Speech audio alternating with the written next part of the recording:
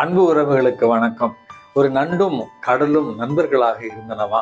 அடிக்கடி ரெண்டு பேரும் சந்தோஷமா பேசிக்கிட்டு இருக்குமா.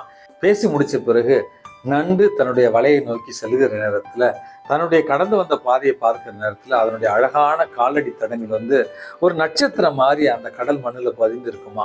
எவ்வளவு அழகா இருக்கு என்னுடைய காலடி தடங்கள் என்று நண்டு மகிழ்ச்சியா சந்தோஷமா தன்னுடைய வலைக்குள்ள போகுமா.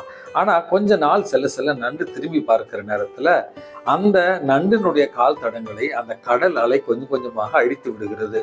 கொஞ்ச நாள் கழித்து இந்த நண்டுக்கு கோபம், இது என்னடா இது, எவ்வளவு அழகான காலடி தடங்களை நம்ம பதிச்சுட்டு வரோம், ஆனா நண்பன் நண்பன் சொல்லிட்டு இருக்கிற அந்த கடல் அதனுடைய அலைகள் மூலமாக என்னுடைய அழகான காலடி தடங்களை அழித்து விடுகிறானே அப்படி என்று மிகுந்த கோபம் கொண்டுதான். ஒரு நாள் கடல் இடத்துல மறுபடியும் பேசிவிட்டு வருகிற நேரத்துல நண்டுக்கு கோபம், இன்னைக்கு எப்படியாவது அந்த கடல்கிட்ட ஒரு வார்த்தை கேட்டுறணும், ஏன் இப்படி என் மேல நீ பொறாமையா இருக்க அப்படின்னு நடந்து வருகிற நேரத்துல அதன் பின்னே அதனுடைய காலடி தடங்களை கடல் அலை அழித்து கொண்டிருந்ததாம்.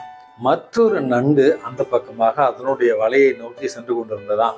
ஆனால் அந்த நண்டினுடைய காலடி தடங்களை கடல் அழிக்கவில்லை.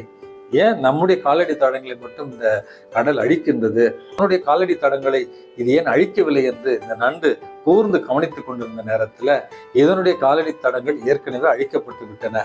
ஆனால் காலடி தடம் அழிக்கப்படாமல் இருந்த மற்ற நண்டுக்கு பின்னால் ஒரு நரி கரெக்டாக அந்த நண்டினுடைய வலைக்குள்ள கையை விட்டு அந்த நண்டை எடுத்து கொன்று சாப்பிட்டு விட்டதாம்.